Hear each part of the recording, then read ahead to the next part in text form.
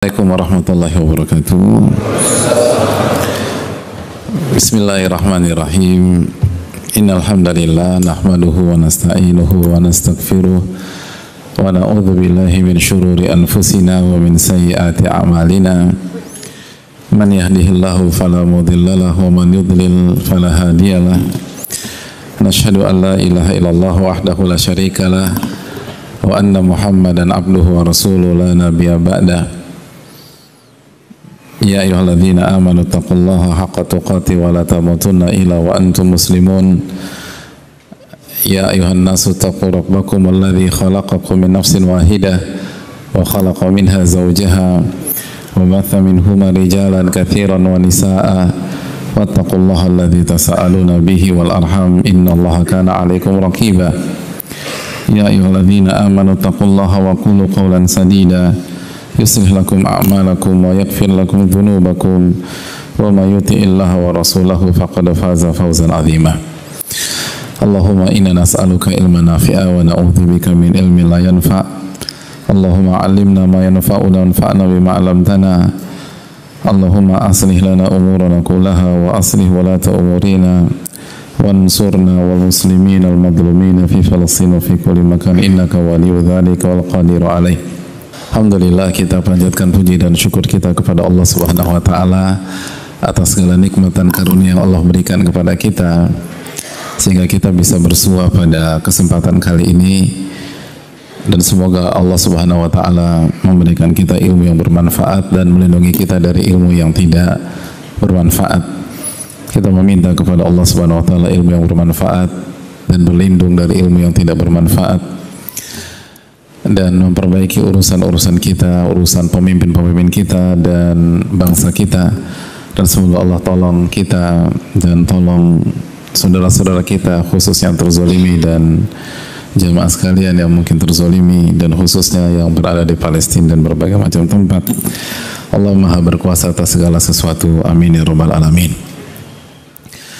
Hadirin yang Allah muliakan, sebuah kebahagiaan bisa kembali bersua pada kesempatan kali ini, dan semoga jamaah yang hadir maupun yang masih berjuang di luar diterima oleh Allah Subhanahu wa taala upaya dan semangatnya, serta mendapatkan pahala menuntut ilmu.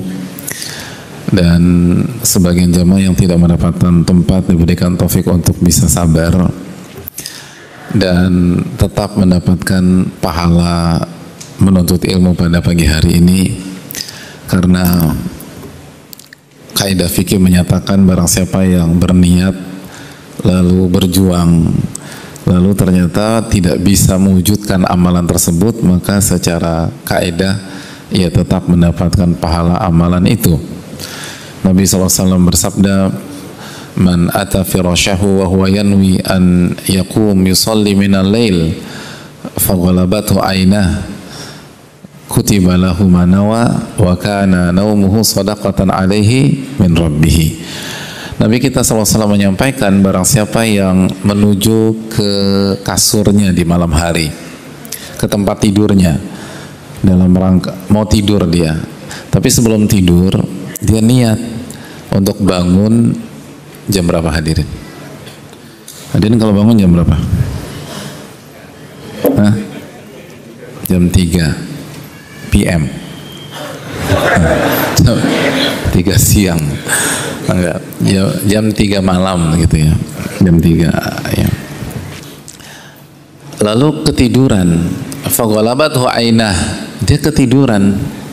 Kalau hadirin niat tidur, niat bangun jam 3, ketiduran, biasanya bangun-bangun jam berapa? Aku kalau ketiduran bangun-bangun jam 3:10 Pak Ustadz. Wow. Jadi ketidurannya cuma 10 menit, Masya Allah. Kalau hadirin berapa? Hah? Iyalah, hanya Allah yang tahu hadirin sekalian.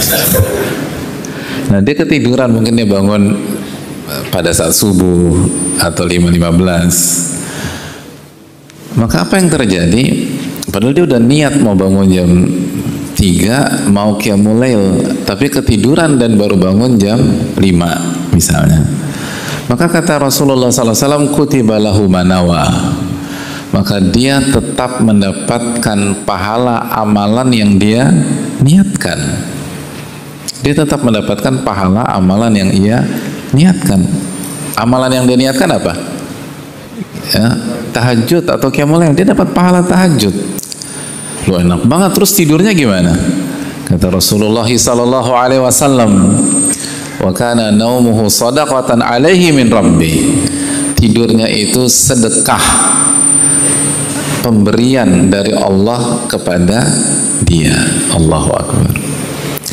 Jadi kalau amalan atau kondisi berupa datang ke tempat tidur di malam hari niat qiyamul lail, ketiduran itu dapat pahala qiyamul lail, apalagi kita sudah jalan dari rumah lalu sudah sampai ke lokasi tapi qadarullah masyafa'al tidak memungkinkan, maka berdasarkan hadis di atas dan ilat dari hadis di atas dapat pahala nggak hadirin?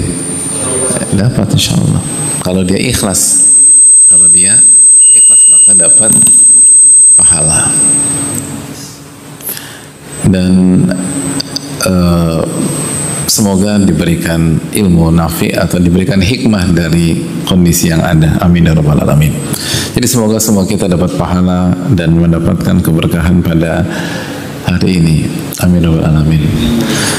Dan yang kedua bisa jadi ini ujian bagi kita nih hadirin. Karena judul kajiannya apa? Nih banyak yang resah hadirin. Gitu, resah ke panitia. Misalnya, ini saya udah datang nggak dapat tempat. Resah bukan? Resah. Berarti memang cocok hadirin sekalian ini. Subhanallah. Tapi semoga masih koma. Kan tujuan kita dari resah ke berkah. Nah ini yang perlu kita dudukan.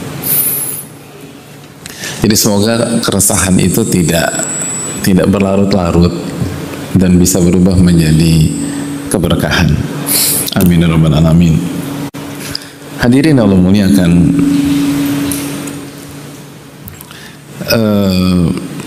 Sebagaimana salawat dan salam semoga tercurah kepada Rasulullah alaihi salatu wassalam beserta para keluarga, para sahabat dan orang-orang yang istiqamah berjalan di bawah naungan sunnah beliau sampai hari kiamat kelak.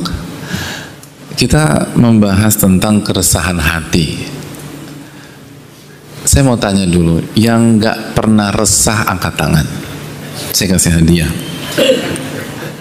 Karena ini prestasi yang lebih berat daripada ranking 1 di kelas. Siapa yang nggak pernah resah? Resah ya? Yang nggak pernah. Yang dalam hidup hanya sekali resah? Nggak ada juga. Yang 2 kali? Nggak pernah. Yang 3 kali? Masya Allah. 10 kali? Nggak ada. Tapi memang terlihat dari wajah-wajahnya. Gitu. Ya. Dan yang berbicara tidak lebih baik kok. Kita punya PR besar dalam masalah ini. Makanya kita ingin belajar bareng. Dan semoga Allah tidak uji kita dengan apa yang kita ucapkan, kecuali Allah bantu kita dan Allah berikan keberkahan dan ketenangan hati. Hadirin sekalian. Dari pertanyaan di atas berarti kesimpulannya saya berhadapan dengan para expert dalam bidang keresahan. Nah, ini. Jadi ada expertise, ada bidang namanya bidang keresahan. Nah, saya mau tanya, apa penyebab resah di dalam hati? Ayo, jujur.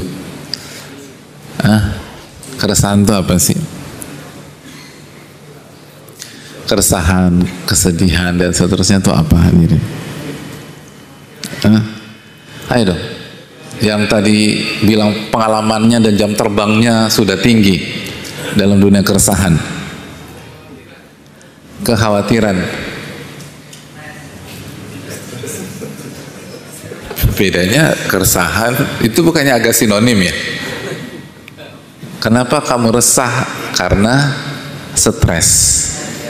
Kenapa kamu stres? Karena resah. Ini semakin nggak jelas loh kajian kita hadirin. Iya. Dan ini menunjukkan betapa resahnya kita. Hadirin sekalian, apa penyebab keresahan atau kesedihan atau keterpurukan? Hadirin, emang hadirin ekspektasi apa sih? Ibnul Qayyim rahimahullah ta'ala pernah menyampaikan dalam kitabnya Uddatus Sabirin bahwa al-humum wal-gumum wal-ahzan tahsul min jihatain, atau tahsulul humum wal-gumum wal-ahzan min jihatain, bahwa kesedihan, kegalauan, keresahan, kemurungan itu lahir dari dua hal. Lahir dari dua hal. Jadi kita langsung kembali ke para ulama lah. Kembali ke dua hal. Apa dua hal tersebut? Yang pertama, kata beliau rahimahullahu ta'ala, ar-raghbah fid dunya wal hirsu 'alaiha, ambisi dunia dan semangat mendapatkan dunia sebagai tujuan.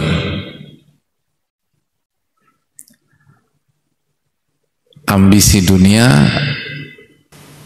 dan semangat mendapatkan dunia, dan itu dijadikan tujuan.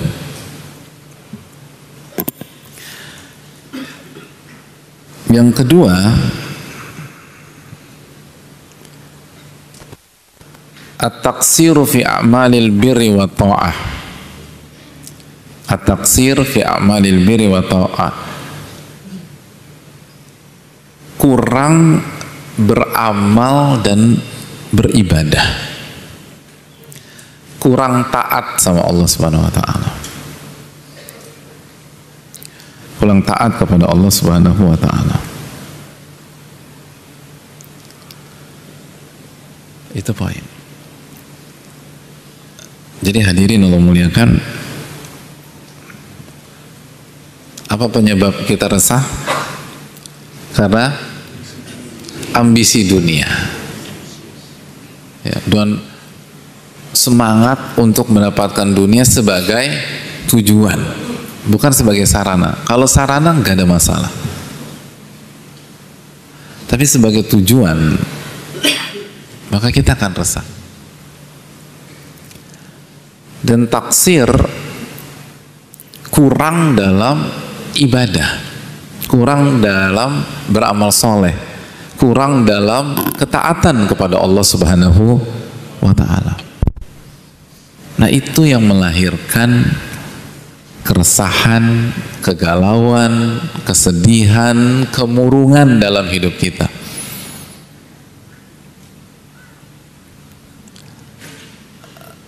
Hadirin Allah muliakan, dan keterangan dari ulama ini sangat menarik, sangat menarik, dan ini merubah pola pikir banyak di antara kita. Karena ulama sama sekali tidak menyinggung masalah yang dihadapi oleh kita. Ulama sama sekali tidak menyinggung bencana yang dialami oleh seseorang. Ulama sama sekali tidak menyinggung musibah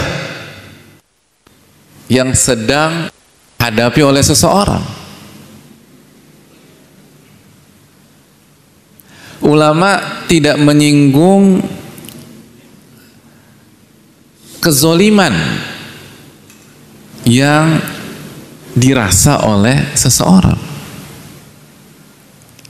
Padahal selama ini kalau kita sedang galau, sedih, resah, sadar atau tidak sadar, yang kita salahkan siapa? Siapa? Istri, Pak Ustadz. Loh, kok udah mulai curhat ini loh. Ini kita nggak bicara rumah tangga, udah suami istri aja. Sekali lagi, yang kita salahkan apa? Hah? Coba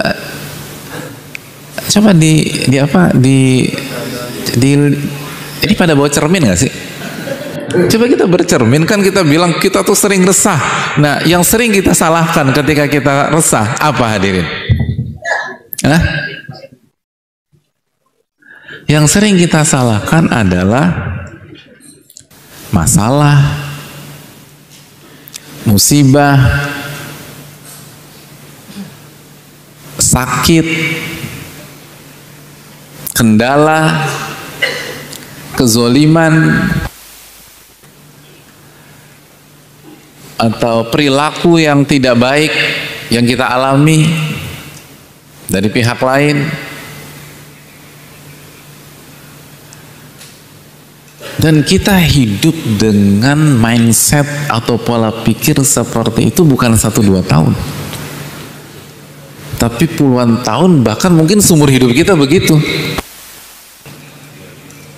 Benar nggak, hadirin? Enggak ya? Nah, gitu. Dia tuh lagi resah tuh. Kenapa? Layoff kemarin. Resah apa enggak? Gue tuh resah banget, galau banget. Kenapa? Minggu lalu gue baru dapat surat pemberhentian dari perusahaan.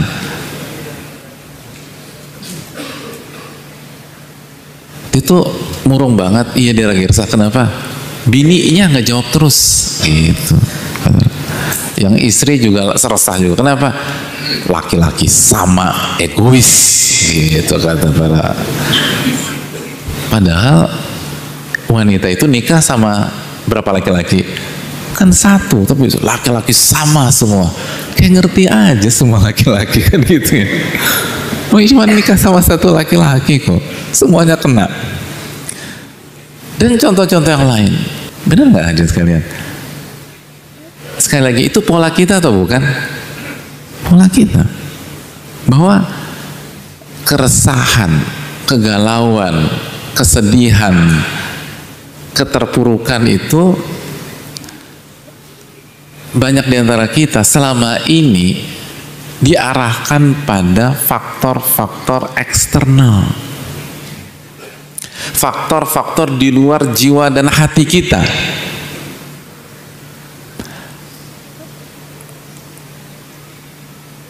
Ternyata para ulama nggak bicara demikian. Ibnul Qayyim rahimahullah mengatakan penyebab keresahan, kegalauan, kesedihan adalah ambisi dunia, fokus dan semangat mencari dunia sebagai tujuan, dan yang kedua kurang ibadah dan beramal. Dua faktor ini faktor eksternal atau faktor internal?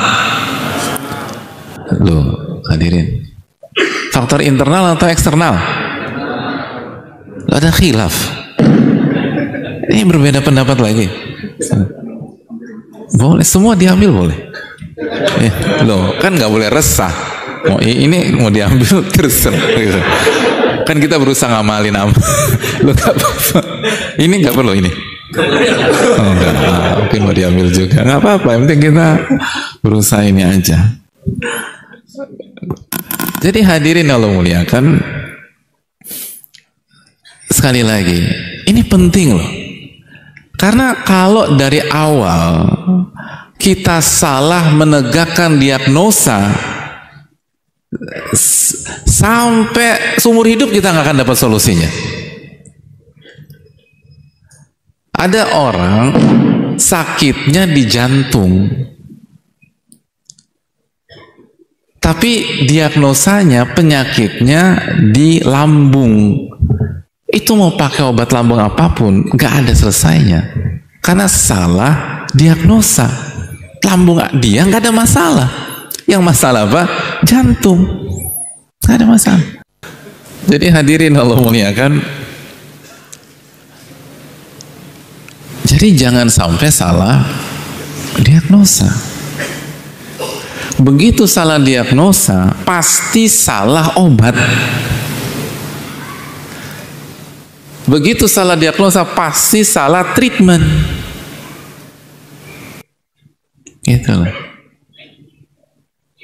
Dan kalau salah obat dan salah treatment, alih-alih pulih dan disembuhkan oleh Allah, justru semakin parah penyakitnya. Semakin parah.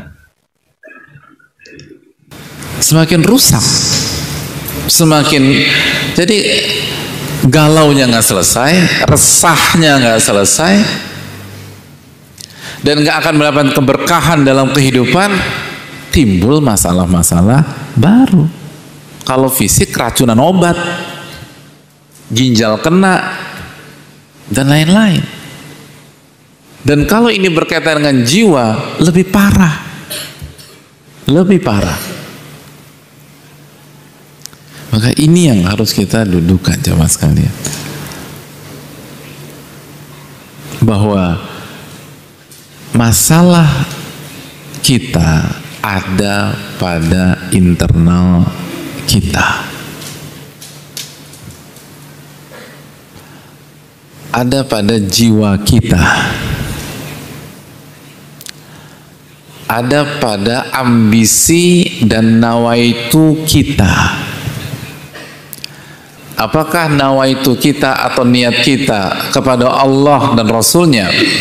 Apakah niat kita untuk bisa berhasil di hari akhirat dan dunia menjadi jembatan menuju akhirat, atau berubah akhirnya dunia menjadi tujuan dan seluruh konsentrasi diarahkan untuk mendapatkan itu semua, lalu akhirnya kurang ibadah, kurang taat, kurang beramal, dan dipenuhi dengan maksiat demi maksiat.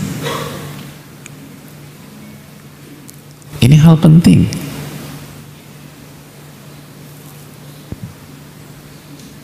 Makanya kan kita ketika salah mendiagnosa, sebagian dari kita terlalu jauh dalam berpikir dan melangkah sampai-sampai yang disalahkan siapa? Allah. Kan disalahkan Allah. Suudzon sama Allah. Kenapa saya ditakdirkan seperti ini? Kenapa saya mendapatkan jalan hidup seberat ini? Kenapa saya dikasih penyakit separah ini? Kenapa saya yang dipilih untuk diberhentikan? Kan Allah tahu anak saya 18. Loh, banyak yang tersinggung. Ini 18 semua. Padahal saya udah cari angka yang sekira-kira jamaah tuh nggak ada. Karena kalau dari wajah-wajahnya 21. Masya Allah, 21 anak. Loh kan banyak anak, bagus. Kata Nabi SAW. Jadi benar nggak sih polanya begitu? Kan itu. Jadi Allah pun tidak luput dari suudzonnya. Disalahkanlah Allah Subhanahu wa taala. Kenapa Allah takdirkan saya begini? Terus ngungkit-ngungkit jasa itu. Karena saya udah sholat. Padahal masih koma tuh, khusyuk enggak? Gitu kan. Oh, sholat enggak khusyuk? Ikhlas apa enggak? Dan kalau salatnya ikhlas, khusyuk dan sesuai dengan sunnah Nabi SAW, nggak mungkin dia suudzon Allah Subhanahu Wa Taala. Karena Allah kasih garansi, Inna sholat tanha anil fahsyai wal munkar. Salat yang benar, zohir dan batin, itu akan mencegah kita dari perbuatan keji dan mungkar. Nggak mungkin salat membuat orang buruk sangka. Jangankan kepada Allah, orang tuh nggak, kalau sholatnya benar nggak akan buruk sangka sama manusia. Nah, kok ini buruk sangka kepada Allah Subhanahu wa taala?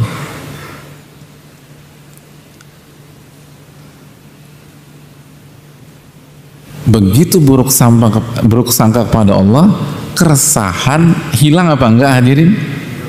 Tambah parah.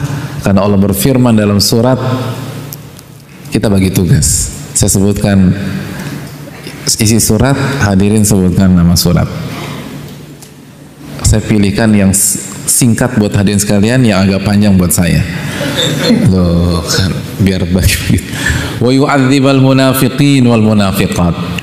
Allah akan mengadab orang-orang munafik yang laki-laki dan wanita. Wal musyrikin wal musyrikat. Dan Allah akan mengadab orang-orang musyrik yang laki-laki dan wanita.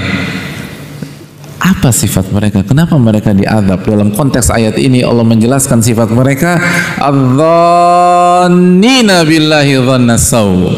Mereka suudzon kepada Allah, buruk sangka kepada Allah, berpikir negatif kepada Allah Subhanahu wa taala. Alaihim dairatus saw. Hidup mereka akan dikelilingi dengan keburukan demi keburukan. Wa ghadiballahu alaihim, dan Allah murka kepada mereka. Wa la'anahum, Allah laknat mereka. Wa addalahum jahannam, dan Allah persiapkan neraka jahannam.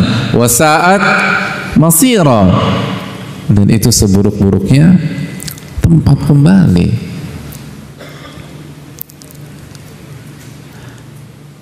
Begitu kita salah membaca dan salah menegakkan diagnosa, mentok-mentoknya sampai Allah disuudzonin, Allah diburuk sangkakan.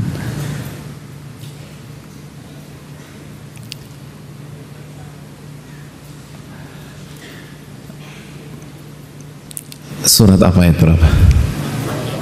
Oh, hebat ini.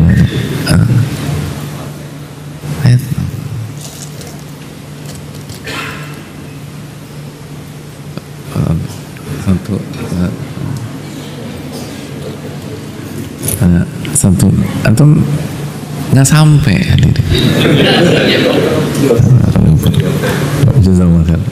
Emang manusia itu butuh manusia hadirin.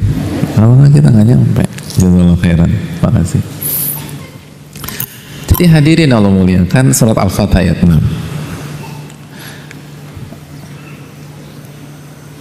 Jadi masalah kita adalah di internal.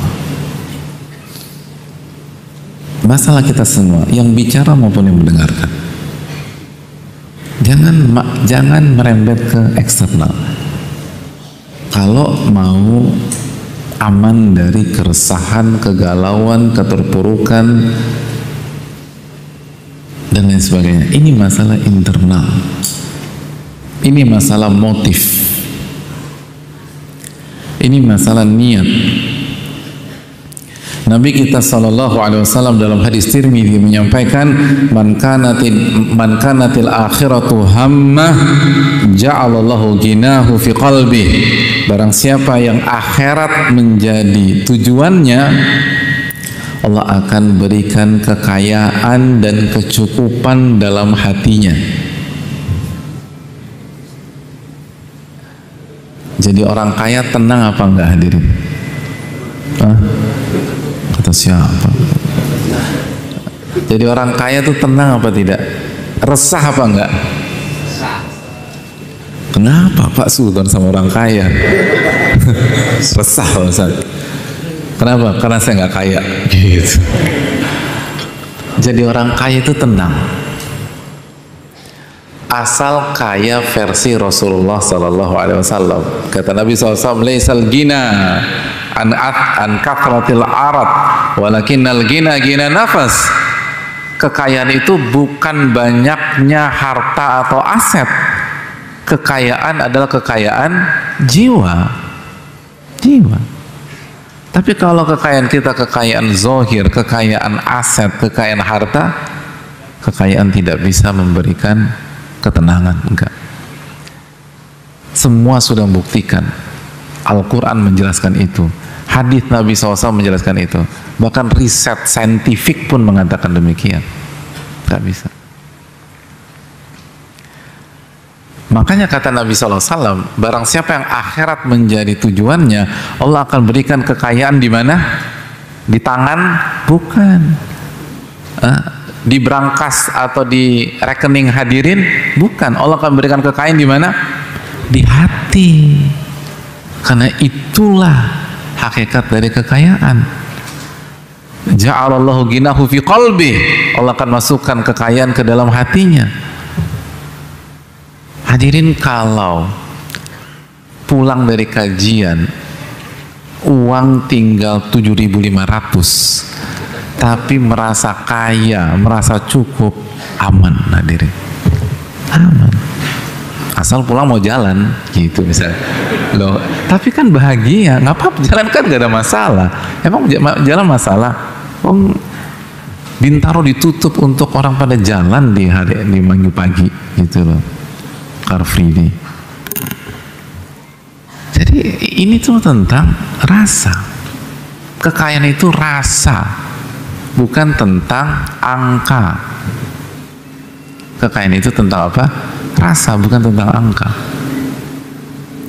Kita punya uang banyak, tapi hati kita nggak merasa kaya, nggak merasa cukup dengan apa yang Allah berikan kepada kita, sengsara kita, dan pengen lebih. Dan itu kata Nabi SAW, laukana libni Adam wadin min dhahabin labtaghu ilahi lahu thaniya.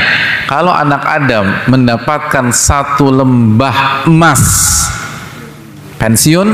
Enggak, dia akan mencari lembah emas yang kedua. Ya Allah, lembah emas hadirin. Punya lembah emas. Oh, emas bukan Mas Eko hadirin. Emas 100 gram, berapa 100 gram sekarang? Nanya ibu-ibu, kalau emas kita nggak percaya sama bapak-bapak. Emas tuh dunia ibu-ibu. Ibu-ibu, emas 100 gram berapa sekarang? Hah? Tahu, ibu jago. Hah? 100? Itu harga mana? Harga Antam, Cikini, atau semua pasar emas disebutkan. Hampir 200 juta. 100 gram itu seberapa sih adil? 100 gram kan lebih kecil dari ini. Lebih kecil dari ini. 100 gram 200-an juta, 200 atau kurang dari 200 juta, more or less. Lebih kecil dari ini. Itu lembah emas. Berhenti? Enggak. Gak pernah puas hadirin manusia itu. Dia akan cari lembah emas yang kedua. Begitu dapat lembah emas kedua, apa kata Nabi SAW? Labtaghu ilahi lahu thalitha. Dia akan cari lembah emas yang ketiga. Dan tidak ada yang memenuhi isi perut anak Adam kecuali tanah. Itu kata Nabi. Kita lanjutkan hadis tadi. Allah akan kasih kekayaan di dalam hatinya. Jadi orang itu nggak akan galau kalau akhirat menjadi tujuan. Wa jama'a lahu syamlah. Allah akan buat urusannya jadi utuh, jadi nggak berantakan, nggak bercerai-berai. Urusannya tuh terselesaikan, terkerjakan dan seterusnya. Wa atathu dunya wa hiya raghimah, dan dunia datang dalam kondisi hina.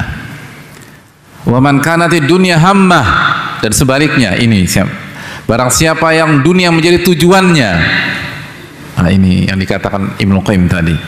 Nabi SAW mengatakan barang siapa yang dunia menjadi tujuannya, ja'alallahu faqrahu baina ainaihi. Allah jadikan kemiskinan, kefakiran berada di pelupuk matanya.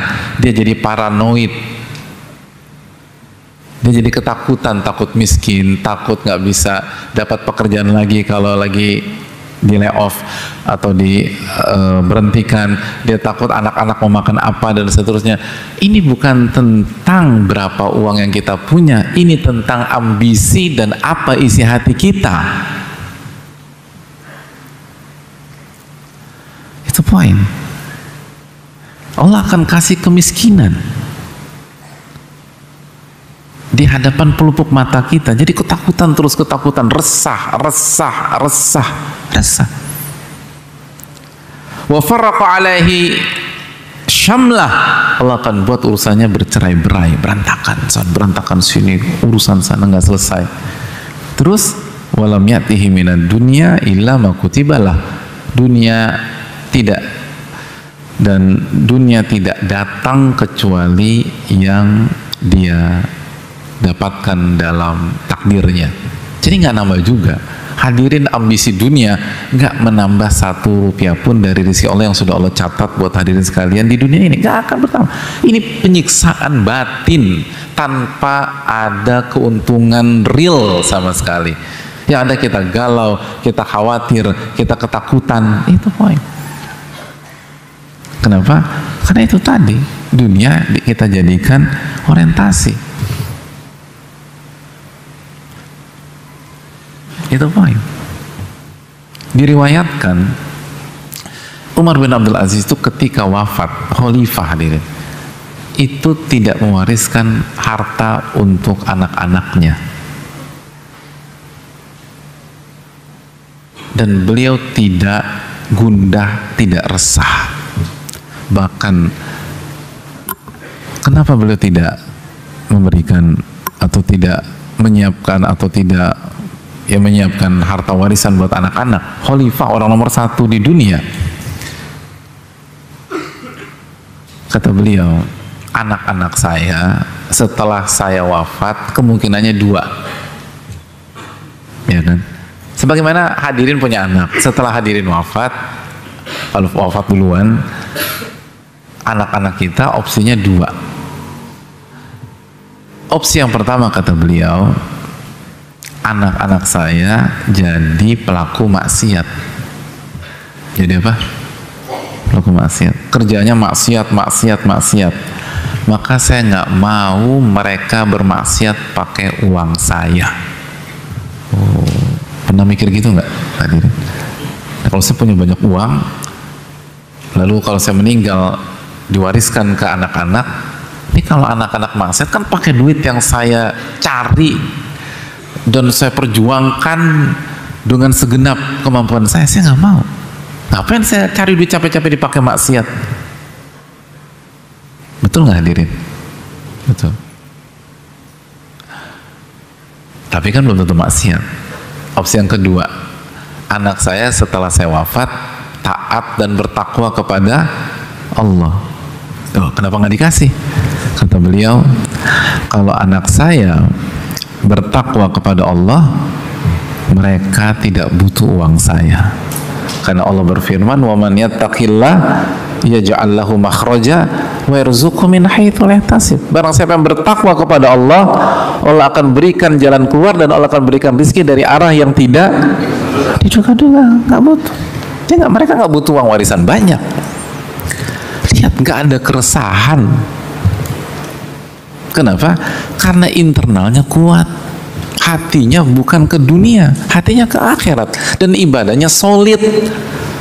Makanya parameternya taat atau maksiat. Jadi nggak ada keresahan.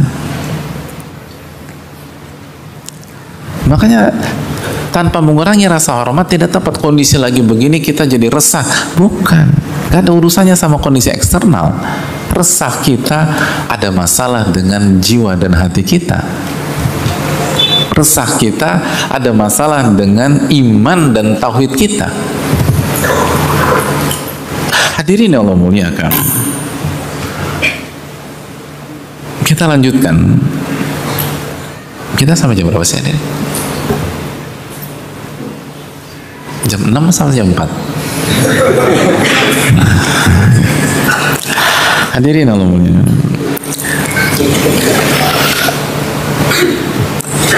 Kalau kita boleh menyimpulkan bahwa penyebab kita resah tadi apa? Angkat tangan. Kalau berat. Ambisi terhadap dunia dan ya udah. Ya, antum.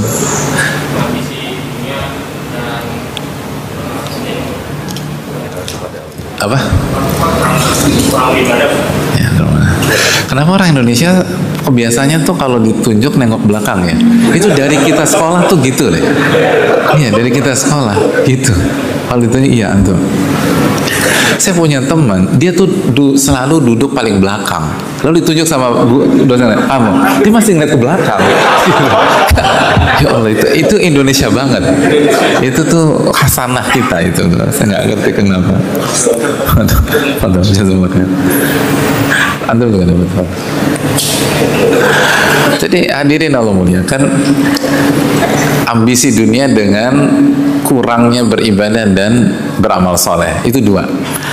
Kalau kita boleh simpulkan dengan bahasa yang lain, ternyata penyebab kita resah dan tidak berkah karena kita tidak menjalankan tujuan penciptaan kita.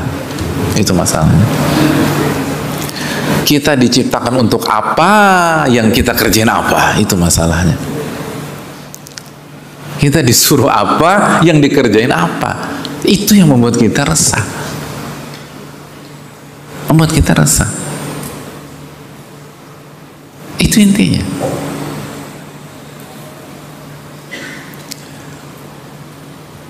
Jadi arahnya tuh ke sana. Hal yang sangat basic. Ini bukan tentang masalah rumah tangga, bukan. Kita suka sering dengar kata orang, hadirin, Asia itu menjalani rumah tangga dengan suami atau pasangan yang paling zolim sedunia. Dan gak ada ibu-ibu yang boleh mengklaim suaminya lebih zolim daripada suaminya Asia. Gitu. Karena suami Asia siapa? Fir'aun. Tapi nggak resah beliau. Nggak resah. Sedangkan suami kita masih namanya Asep, Agus, Supeni, Muhammad, Ahmad, Ali. Galau terus gitu. Ganti status terus. Ini nggak benar. Atau istri kita masih namanya Susi, Santi, lalu Aisyah, lalu kok galau itu loh. Ini bukan masalah eksternal, ini masalah internal. Kenapa kita bermasalah internal? Kita tidak mengerjakan tujuan penciptaan kita. Atau bahasa simpel, atau bahasa lainnya, kita belum mewujudkan tauhid yang sebenarnya kepada Allah Subhanahu wa Ta'ala. Itu masalahnya. Itu yang membuat kita resah. Kalau hadirin ditanya, apa tujuan penciptaan hadirin sekalian? Dan ada di berapa ayat dalam Al-Quran?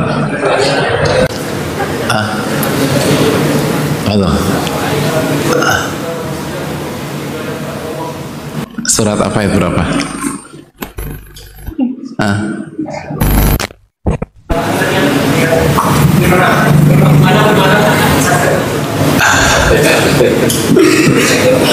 Dengar dari sebelah atau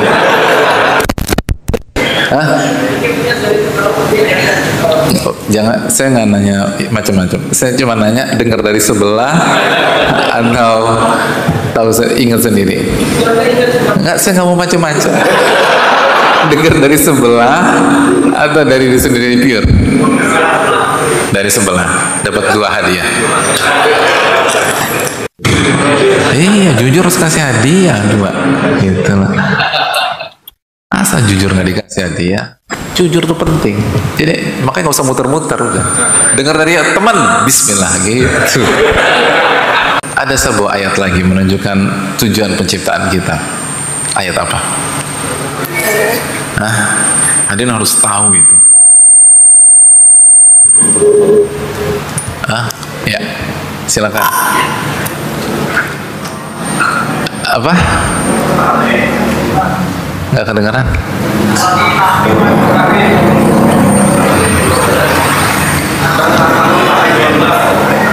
Apa? Bukan. Bukan.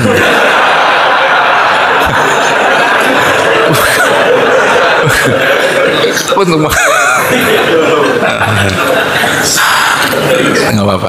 Yang penting berani dapat dua-duanya hadiah. Berat loh beban teriak begitu. Apalagi habis teriak diketawain sama antum-antum. Antum nggak merasa antum momok bagi teman antum yang lain? Nggak bercanda. Beliau tadi beliau tolong kasih. Jadi itu hadiahnya harus misah begini gitu. Nah, juga kita lihat. Ada dua, satu lagi beliau. Ya. Apa hadirin? Bukan.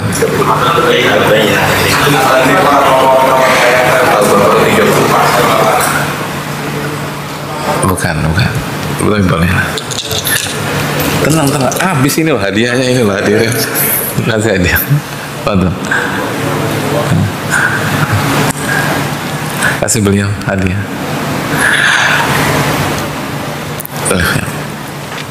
Surat, yaudah saya sebutkan ayatnya, antum bagian sebutkan surat ayatnya.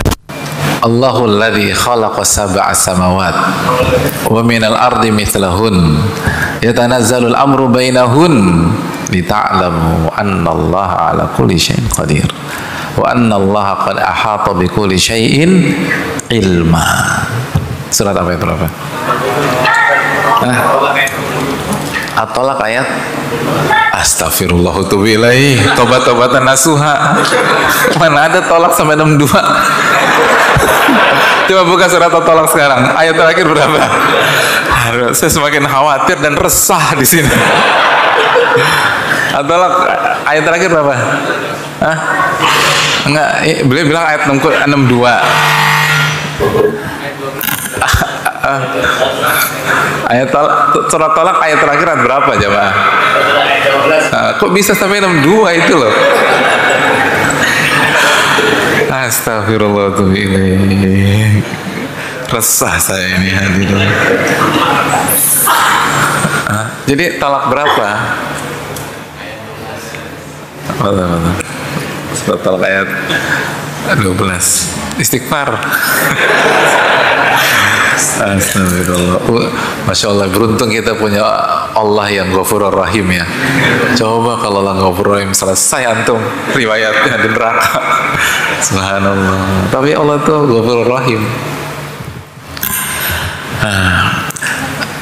Allahul ladzi khalaqa sab'a samawat. Allah yang menciptakan 7 lapis langit. Wa minal ardi mithlahun.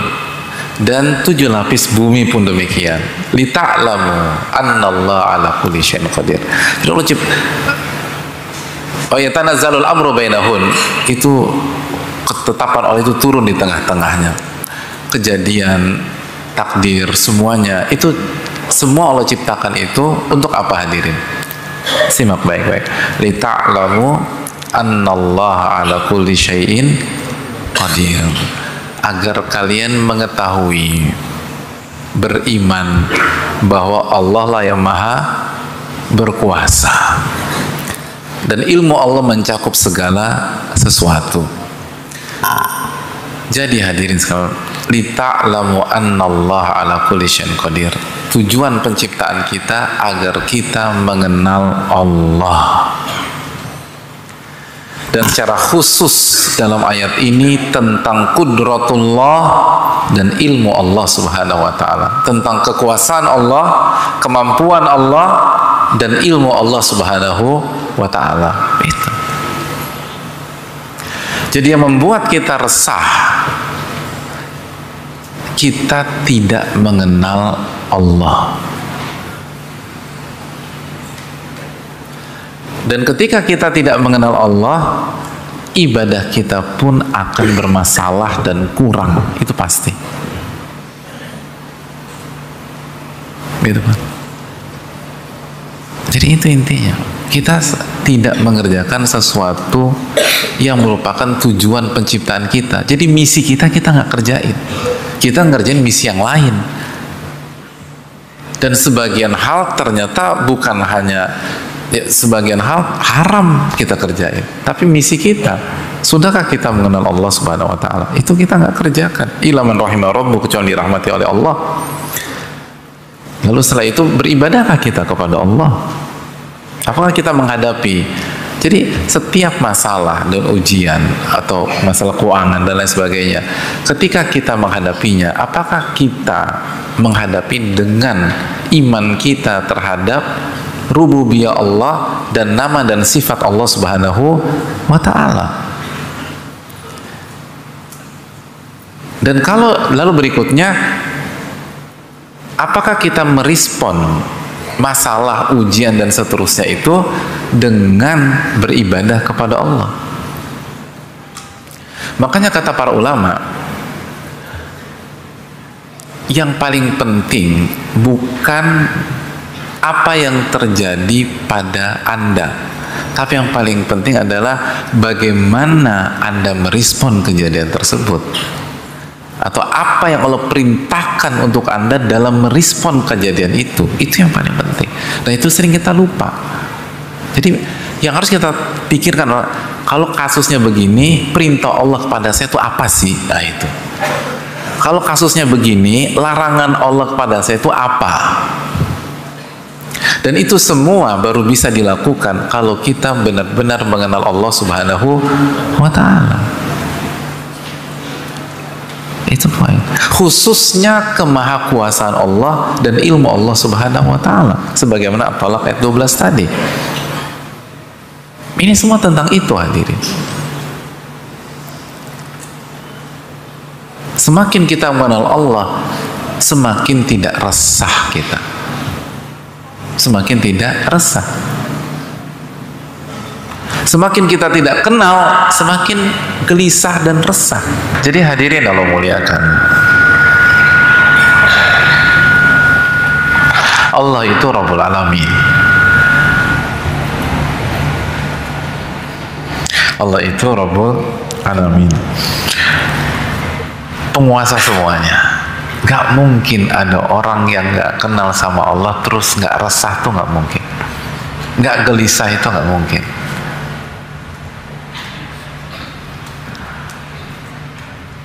Karena apa? Manusia itu kalau hidupnya, aktivitasnya bersama orang-orang yang dia tidak kenal, tenang apa enggak? Hah?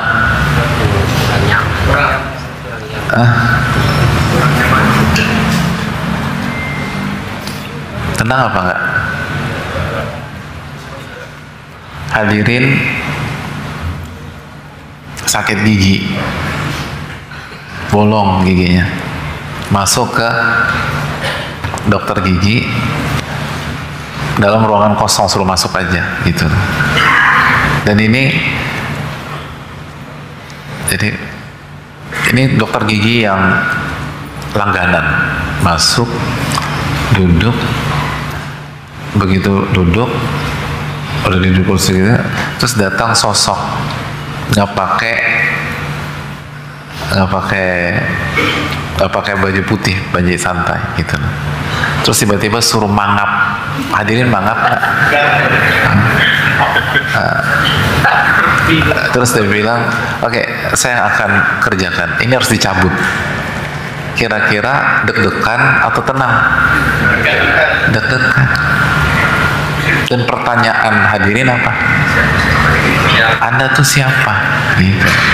Kita tuh deg-degan, hadirin, resah kita kalau berinteraksi dengan orang yang tidak kita kenal. Ternyata sosok ini guru besar dari dokter gigi kita. Itu dokter gigi kita nggak masuk karena sakit gigi. Ya kan boleh, masa nggak boleh? Boleh kan, nggak masalah. Pas gigi, akhirnya oke deh, kan baik hubungannya, kan murid kesayangan, dokter giginya yang maju. Ya udah saya bantu. Tapi kalau kita nggak kenal, deg-degan, padahal lebih jago ini orang. Tapi kalau kita nggak kenal, deg-degan kita. Itu manusia yang skupnya sangat terbatas. Manusia yang skupnya sangat terbatas. Kalau kita nggak kenal, resah kita.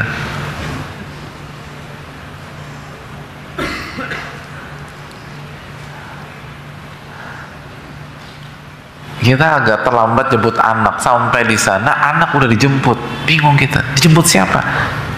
Gak tahu, putar, tadi ada wanita jemput, gitu. Enggak, saya nggak kenal. Tenang tuh perasaan, deg-degan. Ternyata yang jemput tetangga kita, gitu loh. Sekalian aja, daripada nunggu sendirian di. Tapi begitu kita belum kenal siapa yang jemput, tegang kita.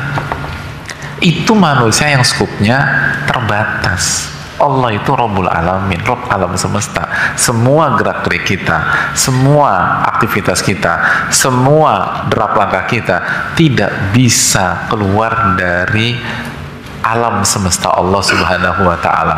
Tidak bisa keluar dari pantauan Allah Subhanahu wa taala. Tidak bisa keluar dari penglihatan dan pendengaran Allah Subhanahu wa taala. Kalau kita nggak kenal, gak mungkin kita hidup tenang. Dan itu terbukti.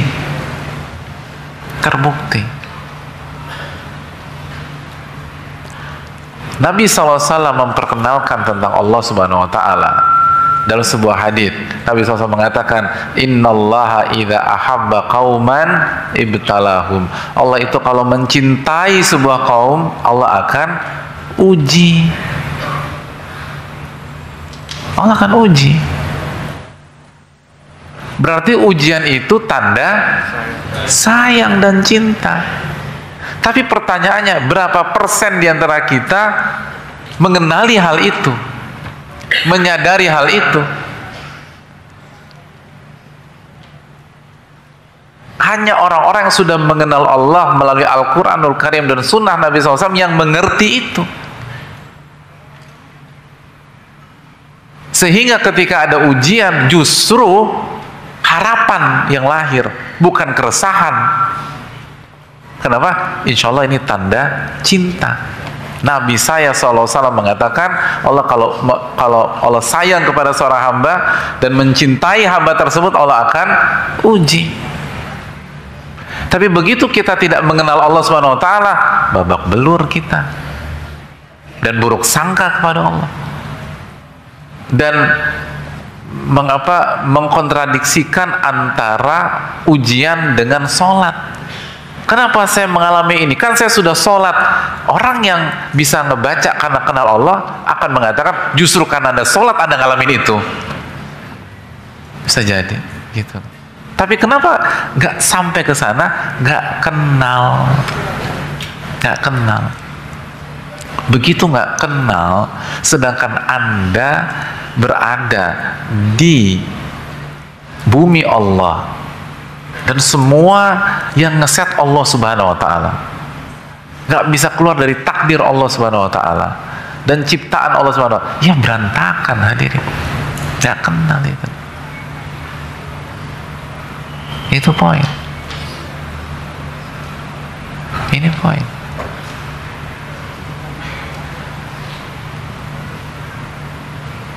Itulah. Hadirin suka olahraga apa? Apa? Hah? Bola misalnya. Main mini soccer, tiba-tiba ada teman kita buat teman main gitu loh. Gitu. Terus dia kosong. Tinggal berasa kiper. Tapi kita nggak kenal dia. Kira-kira kita passing nggak?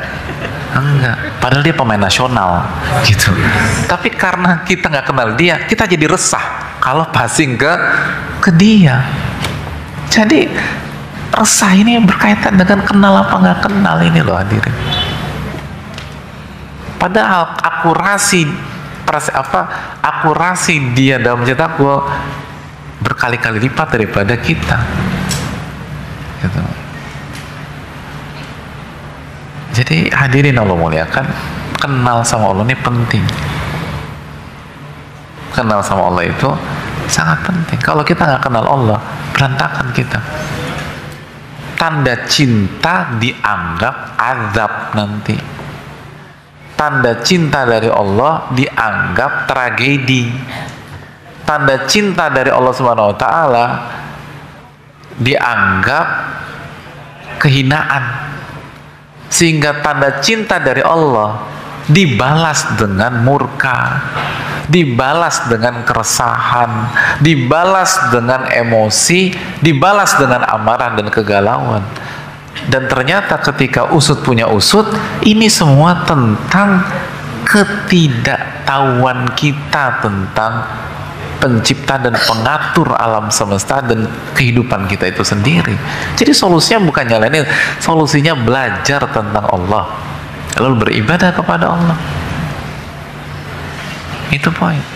Jadi ini yang membuat kita berantakan.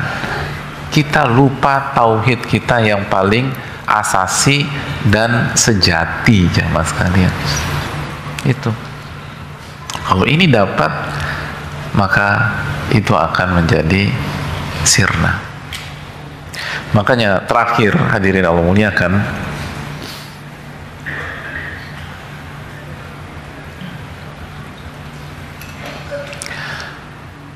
ada sebuah ucapan menarik dari ulama kita, dari Ibnu Hazm rahimahullah ta'ala, bahwa sekali lagi masalah itu, hadirin, masalah kemiskinan, nggak punya uang, bencana, itu tujuannya untuk kembali menyadarkan kita tentang siapa kita, betapa lemahnya kita,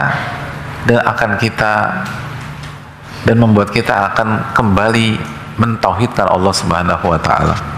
Beliau menyampaikan menarik, kata beliau, wal waja' wal faqr wan nakbah wal khauf la yuhisu adzaha illa man kana fiha.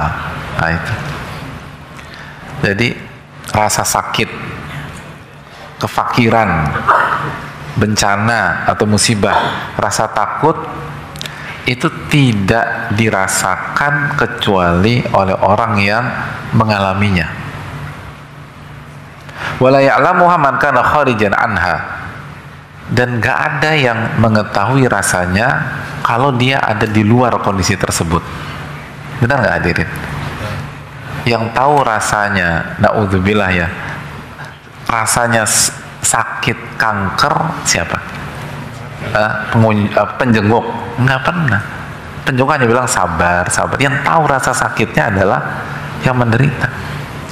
Yang tahu rasa sakitnya usus buntu siapa? Yang menderita. Hadirin kalau nggak pernah usus buntu, pernah ngerasain?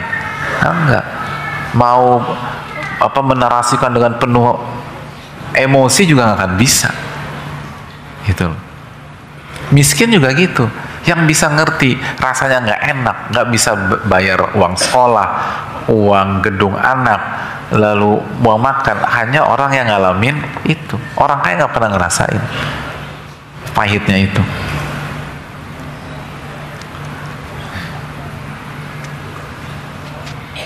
Nah, hadirin Allah muliakan, sehingga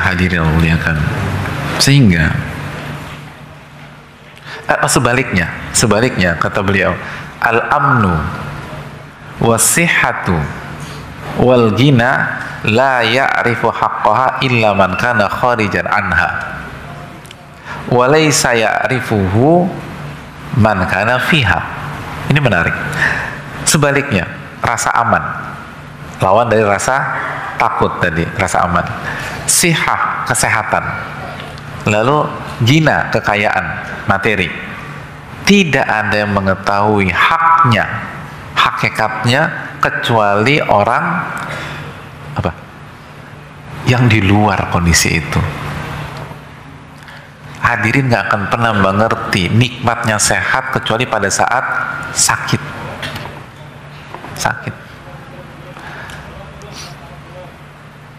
Ada banyak di antara kita baru tahu nikmatnya bisa bernafas dengan saturasi 99 ketika COVID kemarin. Ketika COVID kemarin lalu saturasi di bawah 90, 85, 80, 75. Ya Allah, kita baru ngerti bahwa bisa begini nih. Itu nikmat luar biasa. Ya, kalau kita nggak pernah sakit pernafasan, nggak akan pernah ngerti kita nikmatnya bernafas. Sama. kesehatan, kekayaan. Orang kaya itu nggak ngerti nikmatnya kekayaan. Dia baru ngerti kalau dia jadi orang miskin.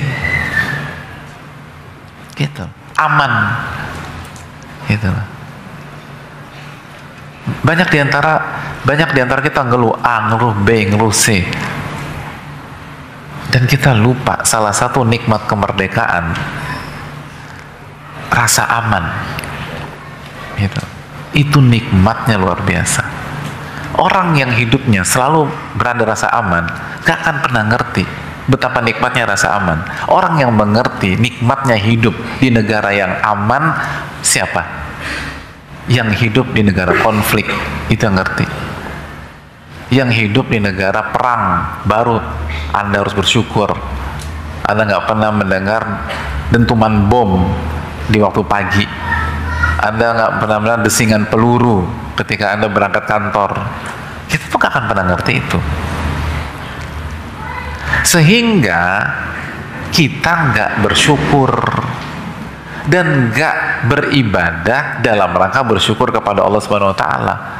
Maka itulah hikmah ada rasa sakit, hikmah ada rasa takut, hikmah ada rasa atau ada kondisi miskin, agar kita lebih menghargai nikmat Allah Subhanahu wa Ta'ala berupa aman, berupa sehat, dan berupa harta. Sehingga yang harusnya dilakukan ketika kita lagi ada masalah, kita bersyukur, kita diingatkan sama Allah betapa mahalnya nikmat-nikmat yang Allah berikan sama kita. Dan apabila Allah kasih kembali, misalnya kalau kita sakit, kita disehatkan, kita akan menjadi hamba yang lebih baik dalam bertauhid dan beribadah kepada Allah Subhanahu Wa Taala. Intinya tuh itu. Dan ini hal menarik. Memang ulama tuh kalau ngebahas sesuatu tuh dalam. Itu tadi rasa takut Anda nggak bisa merasakan kecuali Anda di dalam kondisi itu. Tapi rasa aman, kalau Anda ingin tahu, Anda harus keluar. Anda di dalam, Anda nggak akan pernah tahu kenikmatan rasa aman. Itu poin. Jadi ini yang perlu kita camkan. Jadi makanya hidup itu atas bawah, turun naik. Agar apa? Agar kita bisa tetap fokus jadi hamba dan tidak silau terhadap dunia ketika nikmat-nikmat itu diberikan. Dan ketika kita dikasih musibah, justru kita recall betapa banyaknya nikmat Allah Subhanahu Wa Taala yang sudah Allah berikan selama ini dan belum kita syukuri. Maka ketika musibah kita akan banyak beristighfar, bertaubat, lalu bersyukur.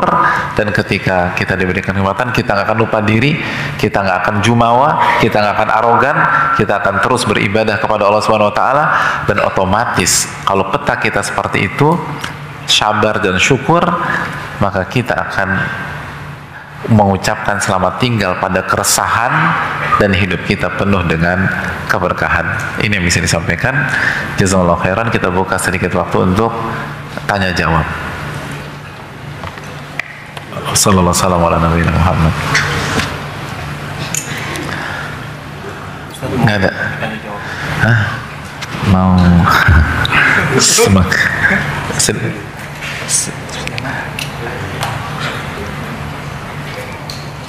Atau saya yang pilih aja, saya baca. Terima kasih. Ini.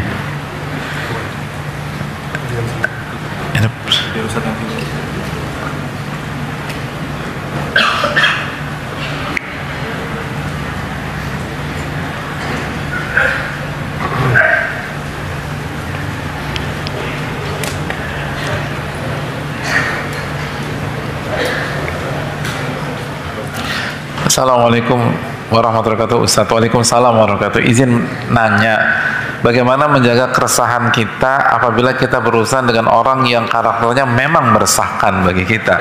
Apakah kita harus tetap ikhlas dan pasrah saja? Terima kasih Ustaz. Iya, ini poin kita dari tadi, bahwa ya kan kalau kita ngadepin orang baik kan pada dasarnya kita nggak punya isu tentang itu.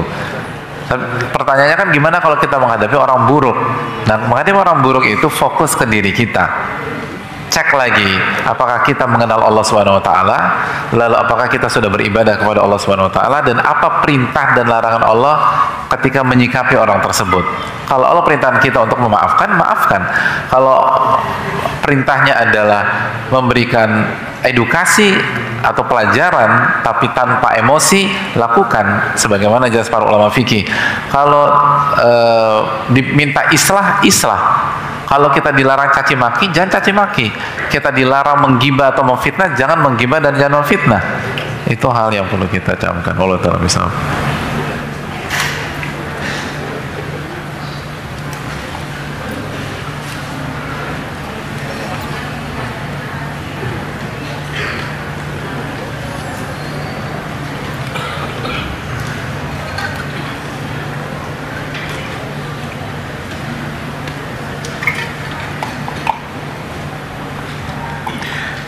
Assalamualaikum. Waalaikumsalam. Bagaimana caranya menghadapi keresahan, kesepian, ditinggal sama anak-anak?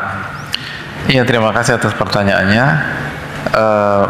Yang pertama, sekali lagi, kita datang ke dunia ini sendirian, dan kita akan wafat sendirian, dan kita akan berada di alam barzakh sendirian, dan kita akan dibangkitkan dan menghadapi proses hari kiamat sendirian, sebagaimana yang dijelaskan oleh Allah dan Rasulnya Sallallahu Alaihi Wasallam. Likulli imri'in minhum yawma idzin sya'nu yughni. Setiap orang pada hari kiamat punya urusannya masing-masing. Maka ketika anak-anak lagi nggak ada, atau lagi sekolah, lagi mondok, atau lagi boarding, atau lagi kuliah, maka jadikan waktu ini untuk banyak muhasabah, banyak introspeksi diri, lalu perbaiki hubungan dengan Allah Subhanahu wa taala, dan lakukan kegiatan-kegiatan yang positif, yang bertakwa kepada Allah Subhanahu wa taala. Jadi itu poin. Kita harus dekat sama Allah, harus banyak waktu munajat sama Allah, berkhalwat dengan Allah. Lalu yang berikutnya, kerjakan amalan-amalan yang baik dan banyak tolong orang. Apalagi kalau anak kita lagi kuliah atau lagi tinggal di luar kota atau overseas, di luar negeri, yang benar-benar nggak bisa kita jangkau dan hanya Allah yang bisa jangkau. Maka supportlah anak kita dengan banyak menjaga hak Allah, lalu banyak bantu sesama. Allah Ta'ala misal.